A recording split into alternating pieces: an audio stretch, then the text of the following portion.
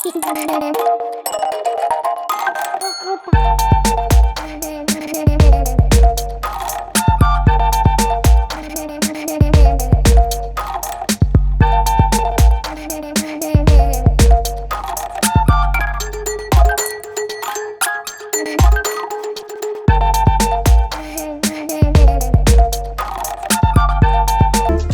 malam Bu Ilyas.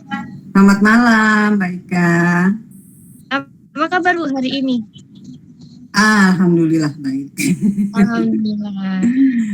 Keluarganya sudah sehat ya Bu? Alhamdulillah. Sudah sehat. Alhamdulillah. Oke teman-teman. Tertunda ya? Iya. Seharusnya Bu Ilyas ini di minggu kedua ya Bu. Tapi karena saudaranya ada yang sakit, jadi kita geser di minggu ketiga ya Bu. Mestinya minggu pertama waktu itu. Oh iya, mohon maaf. Harusnya minggu pertama malah Bu Ilyas ini. Oke, tapi sekarang sudah sehat semua ya Bu? Sudah. Iya. Tinggal pemulihan. Alhamdulillah. Oke teman-teman, jadi Bu Ilyas ini adalah seorang owner dari @essensi_cc. Jadi beliau memulai usahanya itu di tahun 2014.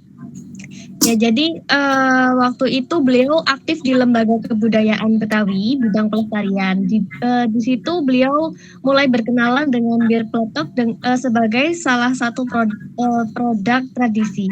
Bir peletok mengenalkan beliau pada banyak manfaat rempah ketika beliau sakit dan beliau trauma dengan obat-obatan kimia, lalu beliau mulai mengulik lebih jauh setiap rempah yang beliau tahu. Dimulai dari rempah yang ada di dapur dan kemudian meluas hingga tanaman obat yang lain. Selain itu, beliau kumpulkan juga tuh resep-resep tradisional yang secara empirik sudah terbukti khasiatnya. Uji coba pun beliau lakukan. Banyak teman dan orang terdekat menyukai racikan beliau dan kemudian menyarankannya untuk dijadikan bisnis. Maka beliau buatlah brand esensi ini, dibantu dengan anak-anak yang gembira melihat ibundanya sudah kembali sehat dengan rempah. Luar biasa sekali ya Bu ya. Yang luar biasa rempahnya. Jadi berawal dari rempah ya Bu, racikan rempah ya Bu ya. Iya. Iya. Racikan rempah. Saya baca-baca juga dari kebanyakan orang yang sakit justru lebih cepat sembuh ini dengan pengobatan yang berasal dari racikan rempah, Bu. Iya, karena kalau rempah itu dia menyasar ke sumber masalahnya. Jadi dia bukan pereda rasa sakit ya. Dia benar-benar memperbaiki gitu. Oke. Jadi bukan hanya sekedar meredakan ya Bu, tetapi langsung sumber sakitnya seperti itu ya Bu ya. Memang cuma prosesnya memang tidak instan ya. Dia bertahap karena pemulihan kan bertahap gitu. Jadi nggak bisa orang minum rempah itu sekali minum langsung terus terasa gitu. Jadi itu nggak bisa. Oke. Sebelumnya boleh diperkenalkan dulu Bu profil dari esensi ini, silakan Bu. Oke, esensi ini ya homemade ya untuk minuman rempah dan produk-produk olahan rempah ya. Nah, produk olahan rempah ini ya bukan cuma bumbu, bukan cuma kopi gitu, tapi udah macam-macam gitu. Dan ternyata juga rempah memang ke kosmetik pun itu sangat baik gitu kan. Jadi itu yang terus kita coba kembangkan gitu. Jadi kita konsen hanya produk-produk yang basisnya rempah gitu.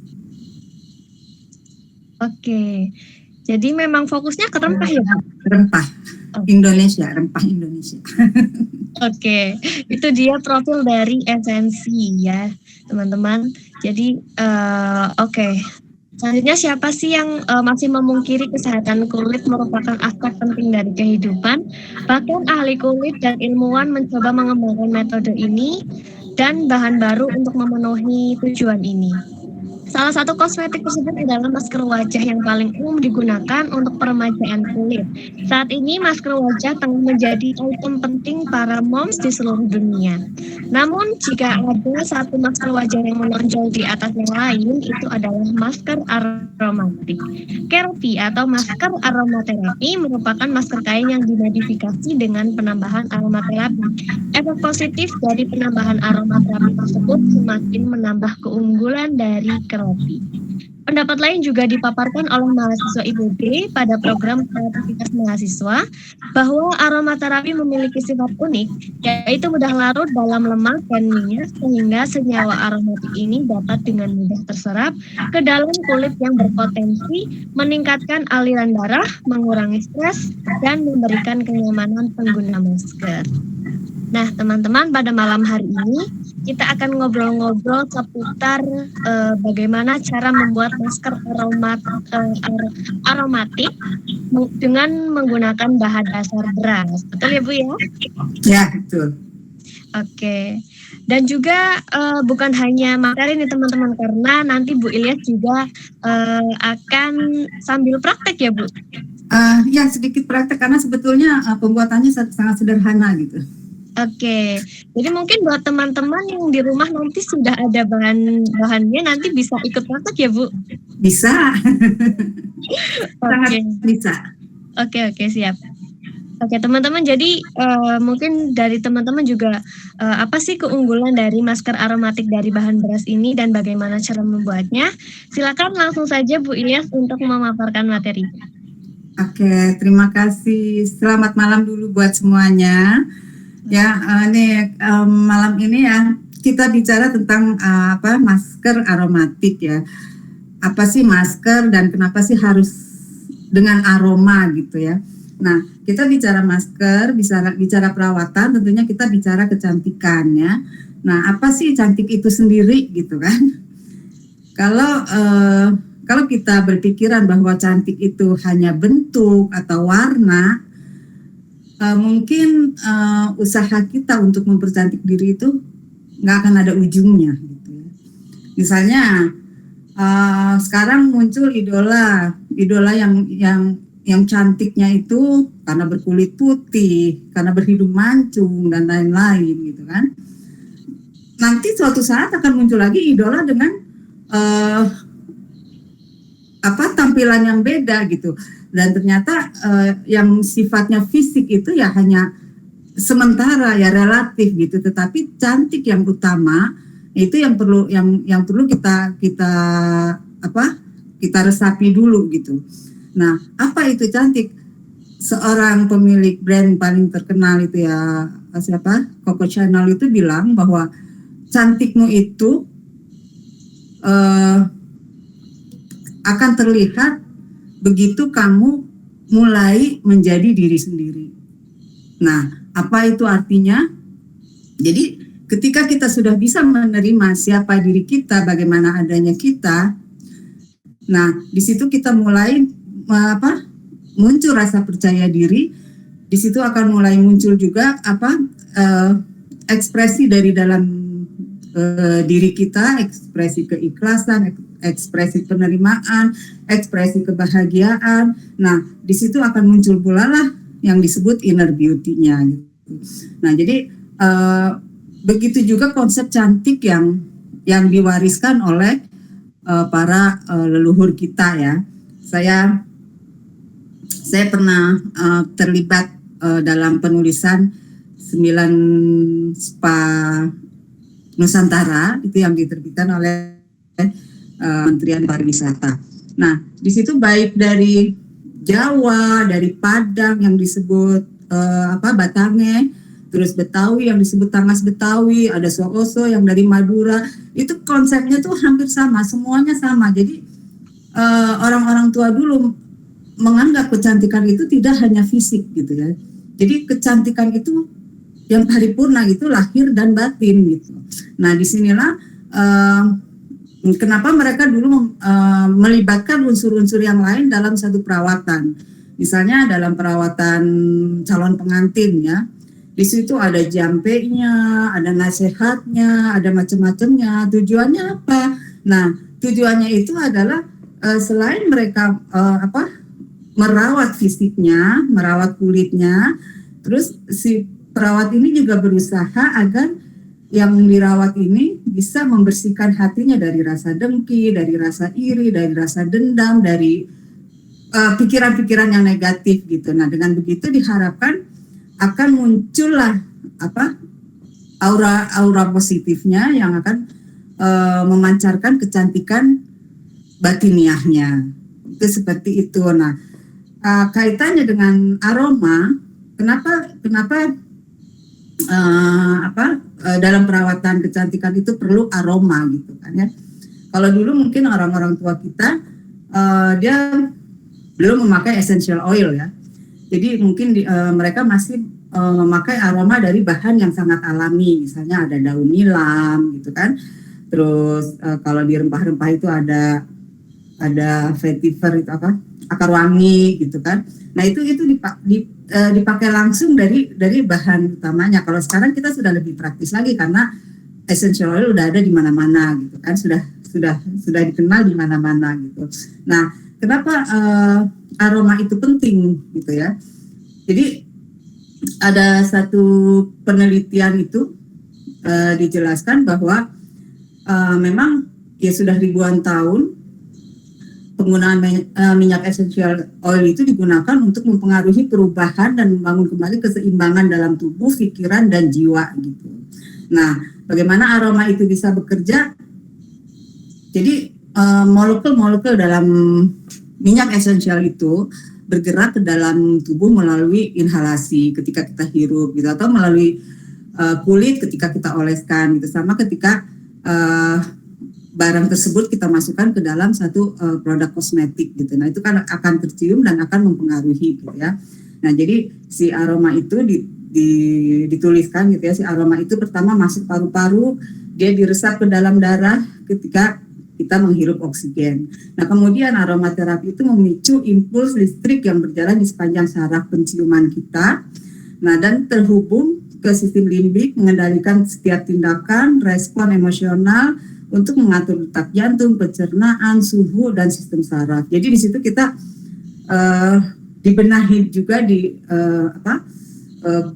bagian dalam tubuh kita itu, bagian batin kita itu dengan terapi aroma gitu. Kita ke materi kita, lalu seperti apa sih masker beras itu? Nih banyak yang salah kaprah juga ya Mbak Ita ya, Mbak Ika. Iya Bu. Jadi yang dibilang air beras itu bukan air cucian beras ya. Karena banyak yang saya lihat dia pakai air cucian beras gitu. Padahal kalau air cucian beras itu tentunya kan masih mengandung kayak dedak, debu, dan lain-lain gitu. Iya betul. Itu memang bagus, tapi untuk tanaman gitu kan. Nah, yang untuk masker itu yang terbaik itu adalah apa yang disebut pitra. Nah, pitra itu air dari hasil fermentasi beras. Jadi, nah ini pitra ya. Sudah saya pisahkan. Jadi ada beras, misalnya beras 1 cangkir, kita cuci bersih dulu, bukan air yang cuciannya ini yang kita pakai. Kita cuci bersih. Nah, setelah kita cuci bersih, kemudian kita rendam dengan kira-kira 2 cangkir ya. Jadi pokoknya lebih banyak airnya. Nah, terus kita tutup. Jadi wadahnya itu harus kaca ya, jangan plastik. Itu kita tutup, kita diamkan selama minimal 2 hari. Nah, nanti air yang awalnya bening itu dia akan seperti ini, jadi keruh seperti air kelapa. Dan baunya itu ya lumayan bau asam gitu ya. Nah, air inilah yang dimaksud dengan air beras. Gitu. Jadi bukan air cucian beras. Nah, sebetulnya dari air ini aja ini udah bisa dipakai Mbak Ika. Oke, Bu. Jadi air ini walaupun bau ya, kalau kita teteskan essential oil itu udah bisa langsung kita jadikan toner. Jadi setelah kita campuri ya? apa-apa ya Bu? Hah? Tanpa dicampuri apa-apa lagi sudah bisa ya dipakai? Bau sih kalau nggak dicampur. Jadi dicampur essential oil aja ditetesin. Oke Bu. Nah ini selain untuk wajah juga bisa untuk rambut. Jadi kita kasih essential oil. Nah kalau untuk wajah bisa kita tempel-tempel pakai kapas begitu kering kita bilas. Nah kalau untuk rambut dia harus kita campur lagi dengan air. Jadi setelah keramas kita campur air, kita pakai secukupnya ya. Nah kita diamkan dulu sekitar 15 menit baru kita bilas lagi gitu. Nah ini pitranya ya. Nah jadi dari air rendaman itu kemudian setelah beras itu kita saring, pitranya kita ambil. Nah berasnya sendiri kita haluskan jadi tepung seperti ini. Ini tepungnya juga masih bau karena bau kecut gitu ya. Nah tapi beras yang difermentasi ini dia punya kandungan manfaatnya tuh jauh lebih banyak ya, terutama untuk mencegah penuaan dini gitu ya. Kemudian kalau yang udah seusia saya mungkin sedikit ngurangin kerut-kerutan gitu ya. Terus juga bisa mencegah jerawat gitu, bisa bahkan bisa mengobati bekas luka, misalnya bekas jerawat yang parah gitu ya, itu bisa diatasi gitu ya. Nah lalu bagaimana caranya gitu ya? Oh ya, sebelum caranya saya kasih tahu juga, selain dengan proses fermentasi ini, pengambilan air beras itu juga bisa dengan proses perebusan. Perebusan itu artinya yang kita ambil itu air tajin ya. Mungkin kalau yang dulu suka masak pakai langseng, itu kan kalau bikin nasinya dibikin aron dulu ya. Nah itu nanti begitu airnya mendidih agak sedikit mengental, nah air itu yang diambil, itu juga bisa gitu. Cuman lebih yang paling baik itu yang fermentasi gitu. Nah lalu sekarang gimana caranya untuk kita mendapatkan ini? Nah ini saya praktekkan dikit ya Mbak Ika ya. Oke siap Bu. Nah aduh gimana nih caranya nih? Oke, gini deh. Nih, jadi ini saya ada sekitar 150 gram aja ya. 150 gram ini saya ambil sepertiganya dulu ya. Saya ambil sepertiganya dulu, kemudian saya kasih air hangat. Ini airnya hangat aja ya, jangan air panas. Kalau air panas nanti jadi bubur beras. Oke. Nanti malah nggak jadi buat masker. Ini pakai tangan aja biar cepat. Nah, ini kita campur ke air panas. Ini tujuannya supaya lekat aja ya, karena beras kalau udah dikasih air kan dia jadinya lengket-lengketnya itu keluar. Nah, udah begini, terus kemudian kita mau campur apa gitu. Nah, di sini saya cobanya bertahap ya. Ini beras ini ya, kalau udah difermentasi gini, ini udah punya dingin gitu loh. Saya suka dengan ini kan pati bangkuang. Pati bangkuang ini juga efeknya mendinginkan dan juga sangat bagus gitu. Ini saya tambahin gitu kan. Nah, kita aduk lagi di sini.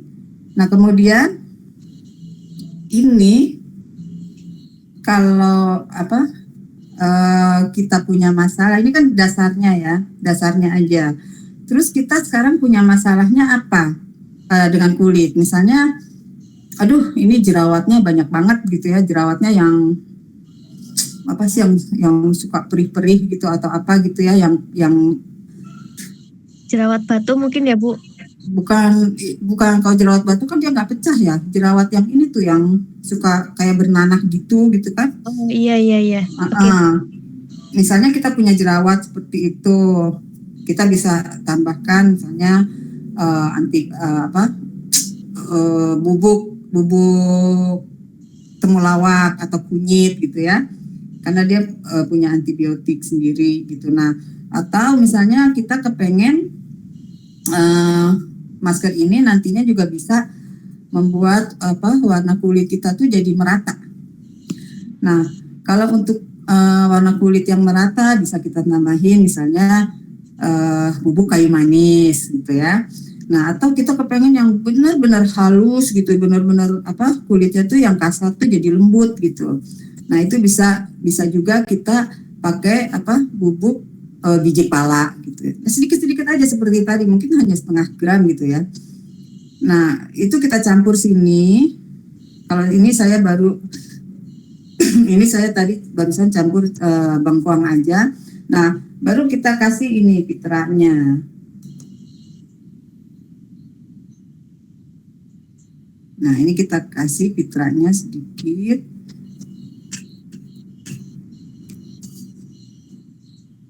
Nah, ini kan udah mulai udah mulai jadi adonan ya. Nah, ini karena ini pati bangkuang asli ya. Jadi dipegangnya aja ini udah dingin. Jadi nanti kalau nempel di kulit itu rasanya nyes, dingin gitu. Nah, sampai di sini dulu nih. Ini kalau misalnya kurang lekat, nah baru kita tambahin lagi sedikit tepungnya. Nah, dulu kalau orang dulu Mbak Ika pernah dengar nggak yang namanya bedak dingin? Bedak dingin yang buat gatal-gatal atau bukan ya Bu? Yang apa? Yang buat gatal-gatal atau bukan ya? Bukan, bedak dingin itu ya untuk perawatan juga gitu. Jadi dulu tuh kalau orang tua itu kalau dia mau berkebun atau dia pulang dari kebun, itu dia merawat mukanya tuh pakai bedak dingin. Nah, bedak dingin itu seperti ini. Jadi ini mereka bulat-bulatkan gitu ya. Seperti ini tuh. Nah, kemudian dijemur jadi kering. Jadi kapan-kapan mereka mau pakai lagi tinggal dicairin gitu. Ini dijemur. Nah, ini segini udah bisa jadi bedak dingin ya. Nah, kemudian saya karena kulitnya sudah tua perlu kolagen. Jadi saya kasih ini cairan gel lidah buaya. Di sini gel lidah buaya. Maaf ya agak batuk. Nah, ini kita aduk lagi, kita tambahkan lagi ini tepung semuanya.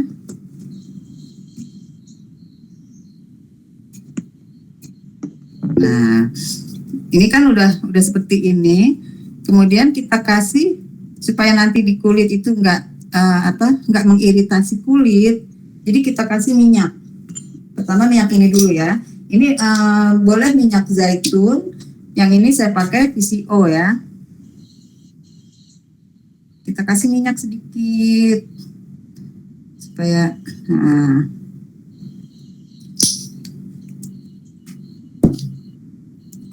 ini kita aduk lagi. Nah, sampai di sini tentu baunya belum enak ya. Oke. Masih bau bau hasil fermentasinya itu masih, bau fitranya itu masih ketara. Nah, setelah ini barulah kita kasih essential oil untuk aromanya. Nah, ini bebas ya, essential oil ini bebas mau apa aja, mau hilang-hilang boleh, mau vetiver boleh. Nah, ini di sini kebetulan karena saya memang suka aroma nilam ya, patchouli. Nah ini saya ada, ini saya siap 5 mili, tapi kita pakainya sedikit aja. Nah kira-kira 5 tetes, 6 tetes itu udah wanginya tuh benar-benar wangi gitu ya, karena ya ini asli gitu.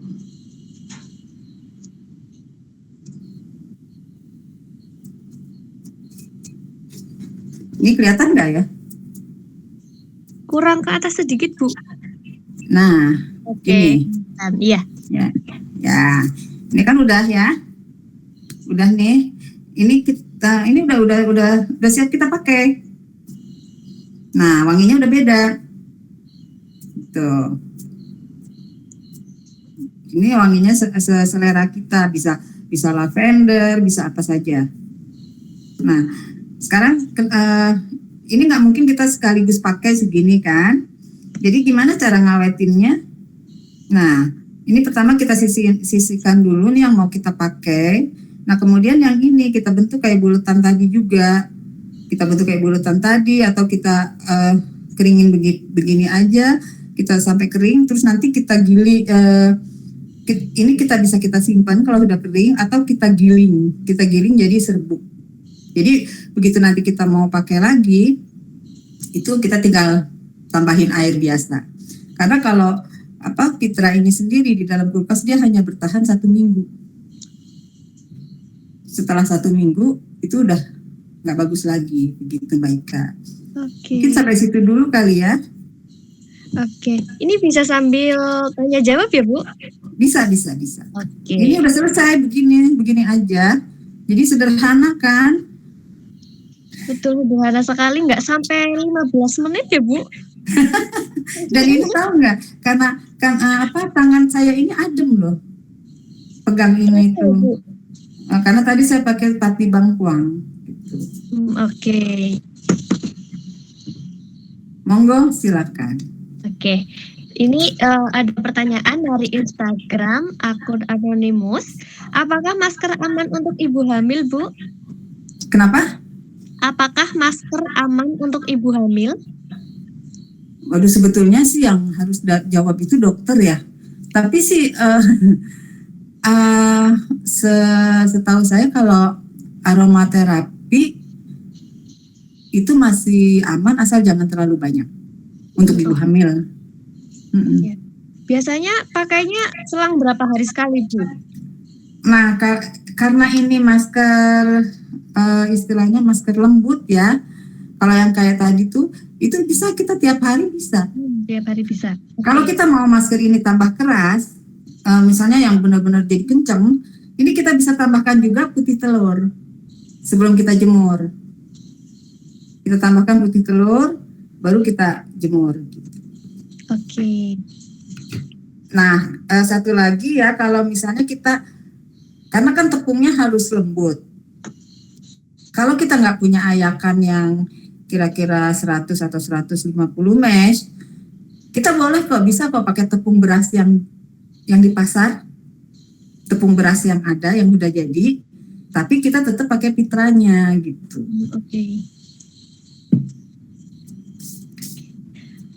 Oke, Bu. Selanjutnya, apakah masker cocok untuk semua jenis kulit, Bu? Kalau masker berasnya sendiri cocok ya. Kalau masker berasnya sendiri cocok, karena kayak lidah buaya gitu, kayak bangkuang itu dia untuk semua jenis kulit. Tinggal nanti yang kita pilih itu kebutuhan kulitnya. Kita nggak usah ragu ya, kita googling aja misalnya rempah untuk mengatasi jerawat tuh apa gitu. Nah itu aja yang kita ambil, kita tambahkan ke sini gitu. Oke, teman-teman, jika ada pertanyaan silahkan disiapkan ya. Ini sembari kita tanya jawab nih sama ahlinya. Oke, selanjutnya Bu, ini dari Ibu Erna. Apakah rendaman beras difermentasi 2 hari menjadi probiotik? Tidak, karena kita tidak. Dia hanya bertambah Mungkin bisa ada probiotiknya, tapi ini kan bukan fermentasi yang dengan ragi ya, bukan dengan ragi gitu. Jadi ini hanya apa sih, kita menambah keasaman. Oke. Oke, selanjutnya dari Mbak Sasti Pramesti. Tadi resep bedak dinginnya kurang jelas, bisa diulang Bu? Untuk apa? Untuk resep bedak dingin Bu, tadi kurang jelas, bisa diulang ya? Diulang apanya nih? Maaf Bu, ini ya.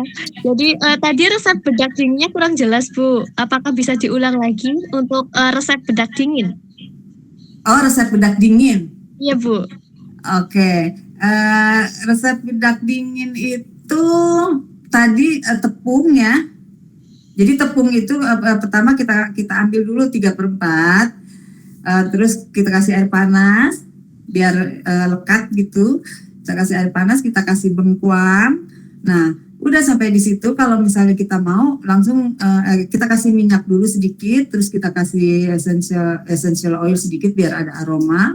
Ya sudah, tinggal dijemur gitu. Nah, kemudian kalau yang maskernya baru kita tambahkan lain-lain yang kita butuh. Oke. Oke, semoga bisa menjawab ya Mbak Sasti ya. Oke. Selanjutnya dari Mbak Kristina. Pastinya apa beli atau bikin Bu? Dan pemakaian maskernya itu diberi air atau air mawar? Yang gimana? Untuk pati bengkuangnya apa? Oh, pati bengkuangnya. Ya. Pati bengkuang bikin ya, gampang sekali kok. Jadi bengkuang kita jus. Memang bengkuang itu kalau untuk diambil patinya itu jadinya sedikit sekali. Jadi 1 kilo bengkuang itu paling jadinya 2 sendok gitu loh. Nah, coba kita pilihnya bengkuang yang yang tua, yang umbinya tuh udah tua gitu. Jadi di situ dia banyak patinya. Kalau bengkuang yang kecil-kecil, yang muda itu nggak ada. Oke. Kalau beli sendiri itu Bu, ada rekomendasi tokonya? Aku nggak pernah lihat tuh yang jual pati bengkuang. Karena mungkin apa ya? Kalau untuk dijual kali rugi kali ya. Berapa jualnya gitu? Betul. Hanya dapat berapa ya Bu? Bingung gitu, karena 1 kilo itu sedikit sekali. Ini segini. Oke. Paling 2 sendok. Oke. Lalu selanjutnya Bu, pemakaian maskernya itu diberi air atau air mawar Bu? Lebih bagus kalau mau diberi air mawar. Jadi kandungannya tambah lagi dari manfaat air mawar itu. Oke. Selanjutnya dari Mbak Kristina, dari Mbak Feni Kartika. Jadi rendaman air tadi atau pitra setelah beras dibersihkan, kemudian direndam berapa lama sebelum disimpan di dalam botol kaca Bu? Itu direndamnya tuh sekitar 2 hari sampai 3 hari. Direndamnya ya. Jadi habis itu nanti diaduk-aduk lagi, baru disaring. Nah, piteranya ini kita ambil, kita sisihkan, berasnya kita tumbuk, kita giling. Cukup Mbak, 2 sampai 3 hari itu udah bau banget. Oke. 2 sampai 3 hari ya Bu ya? Pitra ya, bukan pitra. Oh iya. Pitra ya Bu, nggak pakai H ya. Pitra betul. Oke. Lalu selanjutnya ini dari Ibu Lili. Apakah Mbak Cici jual maskernya di Tokopedia atau Shopee Bu? Ini saya belum jual lagi, dulu jual ya di Instagram, tapi sekarang belum bikin lagi. Tapi kalau mau PO boleh. Oke. Jadi kerja dulu ya Bu ya. Tapi harus nggak bisa satu ya, kalau satu cuman kalau cuma 1 orang bingung bikinnya. Oke. Oke, selanjutnya dari Mbak Erna. Apakah Pitra bisa diganti dengan Pitra dari ekoenzim? Nah, itu saya jujur aja nggak paham ya Mbak ya. Oke.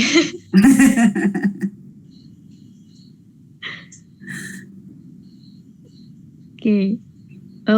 Untuk pertanyaan ini mungkin bisa jadi PR nih Bu. Bisa jadi PR. Mudah-mudahan nanti saya dapat ya. Oke. Jawabnya. Oke Bu. Oke, selanjutnya, ketika direndam 2-3 hari, apakah harus diganti air setiap hari, Bu? Ada yang bilang seperti itu, tapi sebetulnya kalau diganti airnya berarti kandungannya jadi hilang dong. Sebaiknya nggak dibuka-buka sama sekali. Oke, jadi lebih baik memang nggak diganti ya, Bu? Nggak diganti. Kalau diganti ya hilang dia. Oke. Lalu selanjutnya dari Mbak Eli, direndam dengan botol kaca, ditutup rapat pakai tutup botol atau ditutup pakai kain, Bu? Ditutup pakai tutup botol dan kain juga. Oh, harus double, Bu? Double, biar nggak sama sekali nggak ada udara masuk. Oke. Selanjutnya dari Mbak Feni. Bu Cici, maaf saya tanya lagi. Beras yang hasil rendaman Pitra tadi bisa digunakan untuk bahan bedak dingin selanjutnya atau tidak, Bu? Bedak dingin selanjutnya? Iya. Selanjutnya tuh maksudnya setelah diproses, apa gimana ya? Mungkin maksudnya gini, disimpan gitu berasnya. Oh ya mungkin ya, Bu. Bisa digunakan lagi seperti itu mungkin. Kalau yang dari pengalaman saya ya, kalau beras sudah direndam, itu kan kita keringkan ya, nah itu sudah jadi tepung, langsung kita proses, karena kalau disimpan lagi, saya belum tahu, kayaknya sih akan berjamur gitu deh, karena baunya udah luar biasa gitu. Jadi mungkin lebih baik dikeringkannya setelah diproses. Oke. Karena kan kalau sudah diproses, essential oilnya itu sendiri juga bisa jadi bahan pengawet. Oke. Seperti itu ya Mbak Feni ya. Semoga bisa menjawab. Nah Bu, selanjutnya nih. Untuk berasnya sendiri Bu, apakah boleh semua jenis beras Bu, atau mungkin ada jenis beras-beras tertentu yang hanya boleh? Boleh semua beras. Oh, boleh. Boleh semua beras, karena dasarnya sama ya, itu iya. Kandungannya itu sama. Oke. Lalu Bu, selanjutnya, kalau sudah pakai masker, harus pakai skincare lain nggak sih Bu? Sekarang kan lagi marak banget nih Bu skincare tuh. Itu kalau sudah pakai masker baiknya pakai skincare nggak? Kalau itu sih pilihan ya. Sebetulnya gini, kita mau perawatan yang alami apa kimiawi gitu. Kalau alami cukup, kalau mau ditambah kimiawi juga, yaitu pilihan gitu kan. Karena dari beras ini aja dia udah bisa juga untuk mengatasi efek-efek dari matahari, sinar matahari gitu ya, segala macam. Jadi dia sifatnya ini menenangkan kulit gitu. Jadi kalau misalnya kita dari mana-mana, kita dari bepergian, terus malam kita sudah bersihkan wajah, kita pakai bedak dingin sebentar, kita basuh lagi, itu udah kulit kita udah tenang gitu. Oke. Selanjutnya Bu, kalau membuat pati, bengkoang, dan tepung beras dikeringkan dengan cara apa Bu? Apa dijemur atau dikeringkan di kompor? Apa tuh? Bengkoang. Maaf, saya ulang ya Bu ya. Kurang jelas. Kalau membuat pati bengkoang dan tepung beras itu dikeringkan dengan cara apa Bu? Dijemur? Atau Dijemur. Oh, dijemur. Oke. Kalau di kompor nanti jadi nasi sangrai. Oh. Oke. Dipakai pengering alami aja matahari. Oke. Selanjutnya, Bu. Keunggulan masker aromatik dari beras ini dengan masker yang saat ini sedang booming sekali, Bu, kayak masker peel off gitu, apa sih, Bu, keunggulannya? Aduh. Soalnya saya juga itu, Bu, saya pernah beberapa kali tuh pakai masker peel off, cuma aduh saya nggak cocok. Gimana rasanya gimana? Rasanya malah jadi itu, Bu, kayak tubuh jerawat gitu. Bukan pengelupasan ya? Bener, pengelupasan terus sama kering-kering, malah jadi kering-kering wajahnya. Nah, saya pikir gitu, kalau kulit itu sebetulnya yang sehat itu bukan dikelupas ya, tapi dihilangkan sel matinya, kemudian kita cari bahan untuk membentuk sel-sel baru begitu. Nah, pemanfaatan dari tepung masker beras ini itu banyak sekali, dari mulai menghaluskan, mencegah penuaan dini, terus kemudian juga kalau memutihkan tidak ya, mungkin cuma membuat lebih light gitu. Terus juga bisa untuk meringkas pori gitu. Jadi hampir lengkap lah untuk kebutuhan wajah kita gitu. Mungkin nanti di ini aja dicoba dulu, dirasakan ya. Itu wajah tuh kerasa lembab, terus tidak kering, terus juga ringan gitu. Jadi kalaupun kita misalnya hanya pakai bedak sedikit, itu nggak kelihatan kusam. Oke. Lalu selanjutnya, apakah ada efek sampingnya, Bu, dari masker beras ini? Nggak ada. Sejauh ini nggak ada. Karena kita nggak dia nggak mengelupas, nggak apa sih. Jadi aman-aman saja. Kalau misalnya, kalaupun mungkin efektivitas dan tidaknya itu gimana kita memilih apa yang kita butuhkan, itu saja. Oke. Biasanya hasilnya terlihat sampai berapa hari, Bu? Sekali lagi ya, sebetulnya ya ini saja saya pegang-pegang gini, tangan saya itu lembut, halus. Oke. Karena apa ya, Bu? jadi kalau masker alami begini ya, dia memang sekali pakai pun itu udah terasa maksudnya ada sesuatu yang beda yang kita rasakan gitu ya, kayak misalnya sejuk di kulit gitu kan, terus nyaman gitu kan. Nah, kalau mau kelihatan efek yang terlihatnya itu bisa biasanya tuh antara 5 sampai 7 kali. Oke. Berarti pakai setiap hari pun boleh ya, Bu? Boleh. Kecuali yang pakai telur ya. Kalau yang pakai telur kan dia maskernya lebih kencang. Itu cukup seminggu 2 kali. Seminggu 2 kali ya, Bu? Oke.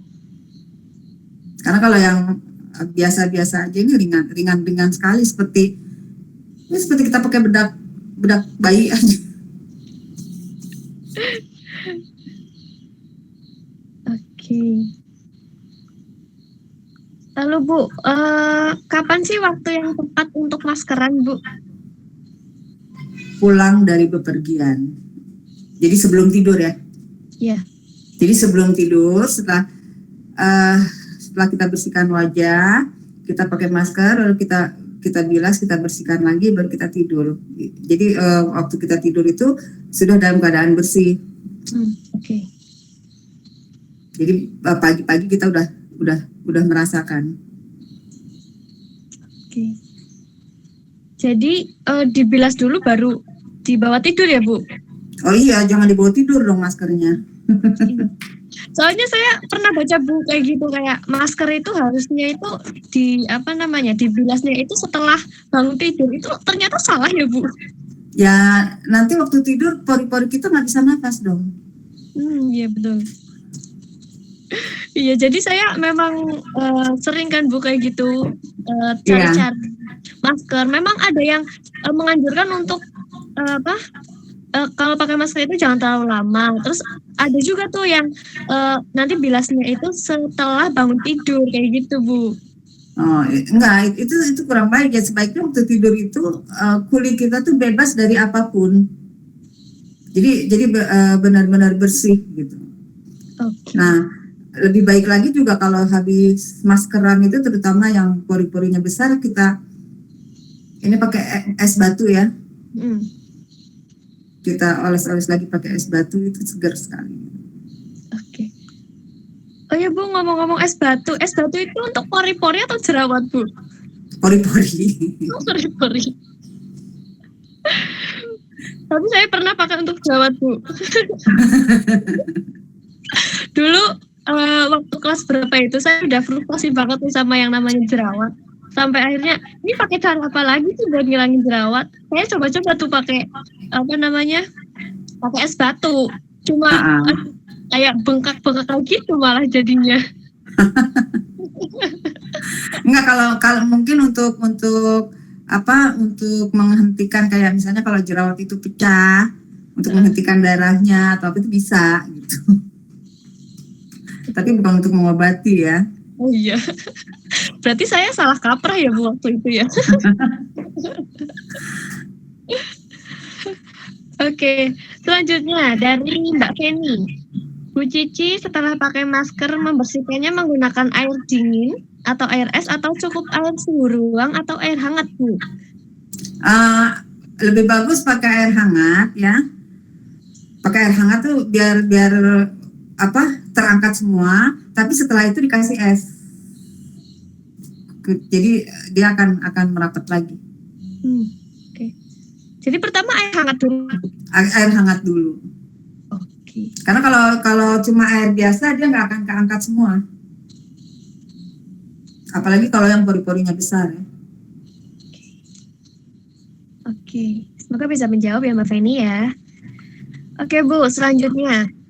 Masker beras ini bagusnya dicampur dengan apa Bu? Apa bisa dicampur kayak dengan madu seperti itu, bisa nggak sih Bu? Bisa.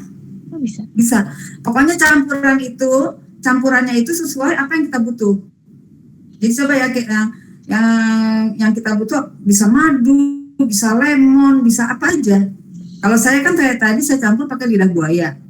Karena apa? Karena untuk kulit seusia saya itu kan udah banyak kehilangan kolagen kan. Nah itu untuk menggantikannya dari luar, saya pakai lidah buaya. Oke, jadi dicampurnya itu sesuai dengan kebutuhan kulit ya Bu? Ya? Dicampurnya itu sesuai dengan kebutuhan kulit ya Bu? Sesuai dengan kebutuhan kulit kita. Nah enaknya untuk membuat masker sendiri itu gitu, jadi kita tahu apa yang kita butuh. Karena kan problemnya setiap orang nggak sama. Oke. Gitu. Saya bilang tadi kalau ada orang yang sudah kulitnya nggak masalah, tapi misalnya warnanya kok nggak rata gitu, bekas dirawat dulu kah atau gimana? Oke. Lalu Bu, untuk pembuatannya sendiri itu apakah bisa dengan beras merah Bu? Bisa. Oh bisa. Semua beras bisa, beras coklat juga bisa. Oh bisa semua ya Bu? Bisa semua. Yang penting prosesnya ya gitu. Kalau nggak mau difermentasi, bisa juga direbus. Yang direbus itu tadi seperti kita bikin aron gitu ya, nasi aron. Jadi tajinnya itu yang kita ambil.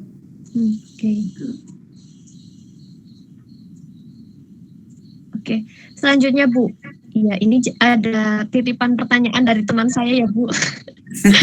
Jadi begini Bu, skincare itu kan biasanya kalau mau nikah itu kan dianjurkan untuk berhenti menggunakan skincare sekitar 2 atau 3 mingguan ya Bu. Nah, kalau mau apa? Maaf? Kalau mau menikah Bu, jadi nanti untuk Iya, kalau ketika dirias itu kan nanti kan apa kayak foundation yang nggak nempel atau bagaimana ya Bu. Nah ini jika menggunakan masker apa masih bisa Bu? Nggak perlu Itu dihentikan begitu.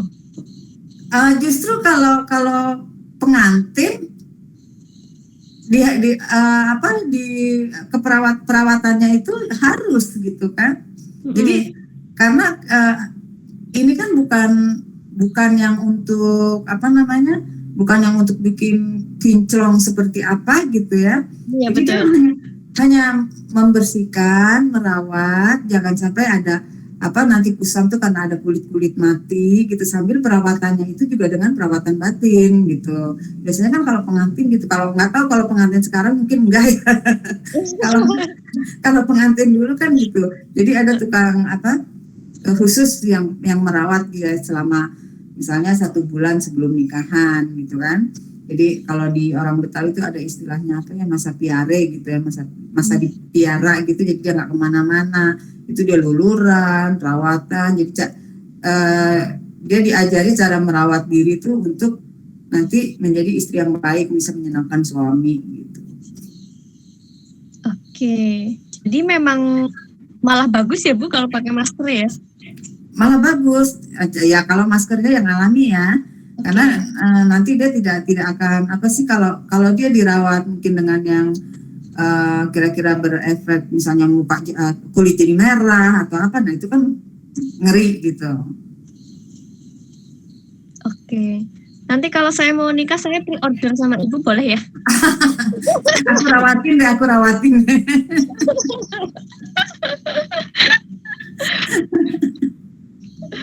Oke. Selanjutnya Bu, tadi untuk manfaat masker beras Bu, apa saja sih Bu? Silakan. Manfaatnya ya, ini manfaatnya banyak banget nih. Saya mesti baca nggak apa-apa ya? Nggak apa-apa. Nggak apa-apa Bu. Jadi apa manfaatnya itu macam-macam banget sih. Sebentar, ini kebetulan laptopnya ada di depan.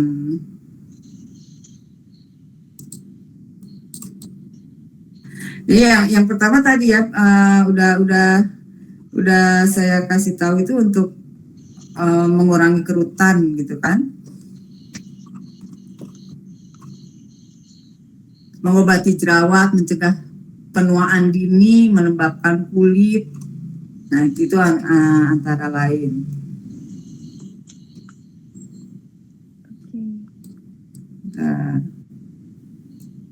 Oke. Ini ada pertanyaan lagi dari Mbak Feni. Oke, saya bacakan ya Bu. Oke. Bu Cici, untuk bahan dasarnya kan pitera, tepung beras, pati bengkuang. Nah, perbandingan tepung beras dengan pati bengkuangnya ini 50 banding 50 atau lebih banyak pati bengkuang, Bu? Pati bengkuang sedikit aja. Tadi saya pakai cuma setengah sendok ini aja ya. Tadi saya pakai cuma nggak sampai setengah sendok ini udah adem sekali. Jadi mungkin kalau tadi itu kan saya ambil tepungnya itu 150 gram ya. Jadi pati bengkuangnya itu mungkin cukup 1 gram, 1,5 gram, 10%-nya.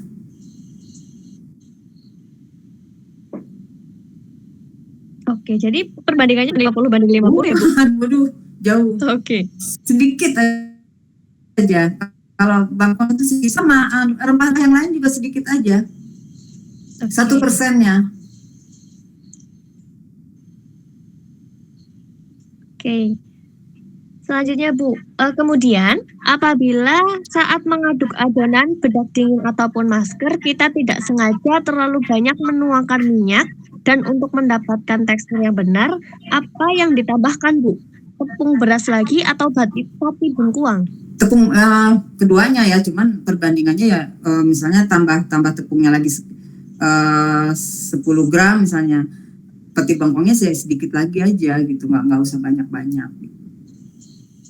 Jadi kita ulang di timbangan di awalnya. Misalnya kan awalnya tadi 150, karena kebanyakan naruhin minyak encer, kemudian kita tambah lagi 100. Jadi kan berarti 250. Nah, bengkuangnya kita tambah lagi jadi 2,5 gram. Bengkuang itu 2,5 gram itu bengkuangnya 1/4 kali. Kecil. Soalnya sedikit sekali. Pati bengkuang itu dapatnya sedikit sekali. Oke. Jadi dibanyakinnya di tepung berasnya ya, Bu? Di tepung beras. Kalau keenceran tuh kasih aja tepung beras lagi, nggak masalah. Nanti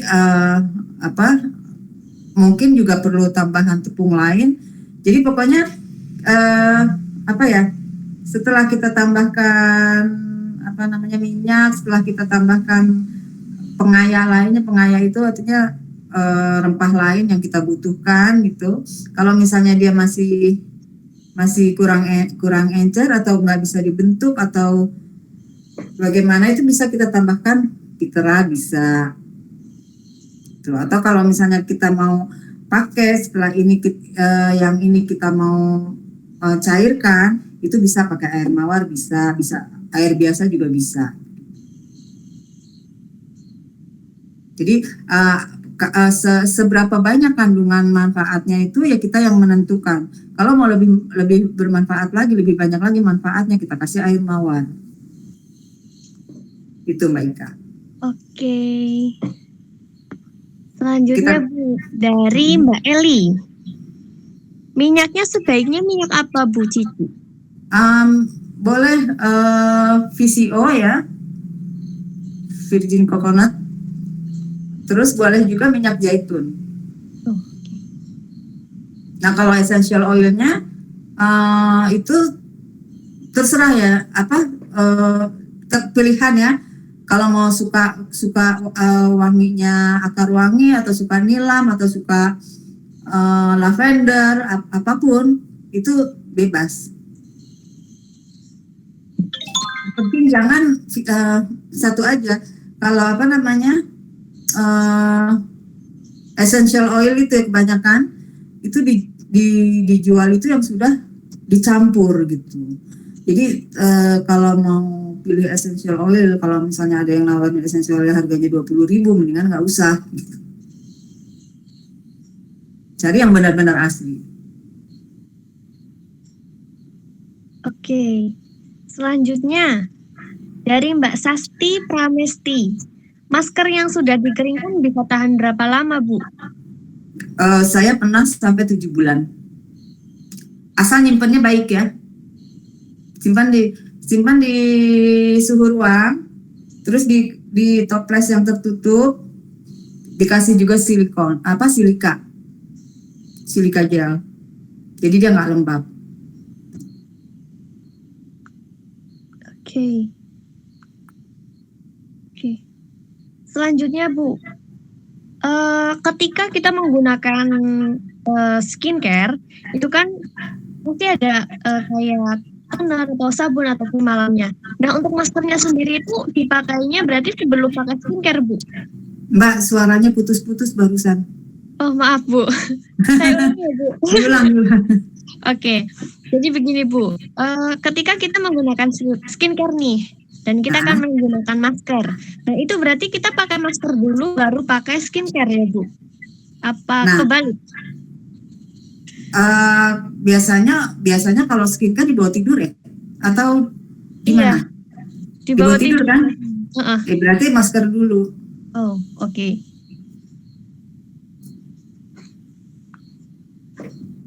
Di masker dulu baru pakai skincare ya Bu? Ya, setelah dibersihkan.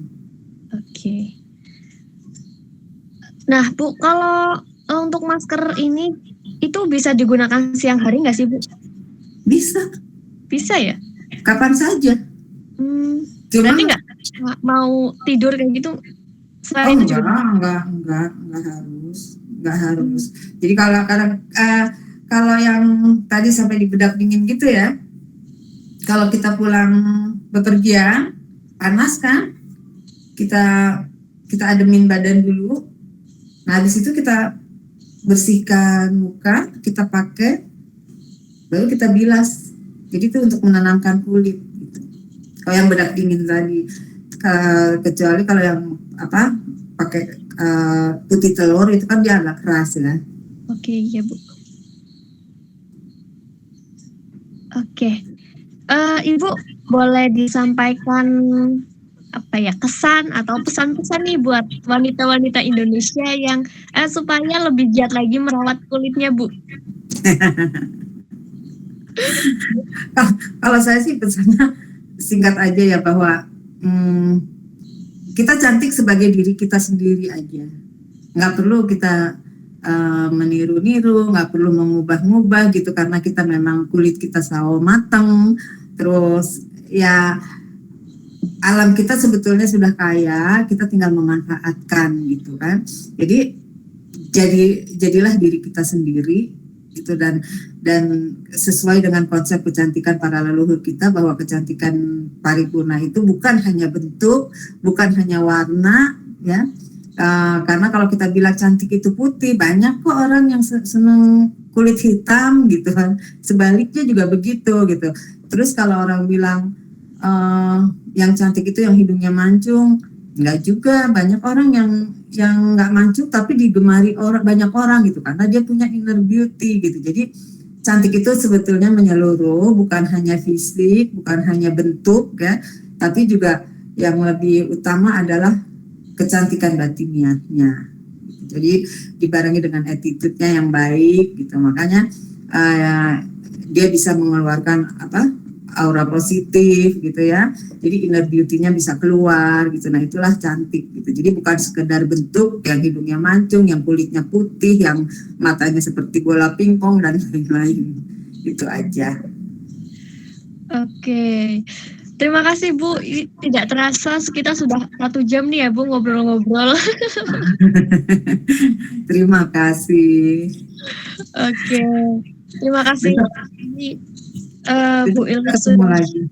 Iya, besok kita ketemu lagi di sesi telewebinar ya, buat teman-teman yang belum atau yang sudah punya pertanyaan tapi belum bisa disampaikan. Kita akan bahas lagi besok jam 10 sampai dengan jam 11. Besok mudah-mudahan. Ya Bu? Mudah-mudahan bisa saya tuliskan resepnya. Oke.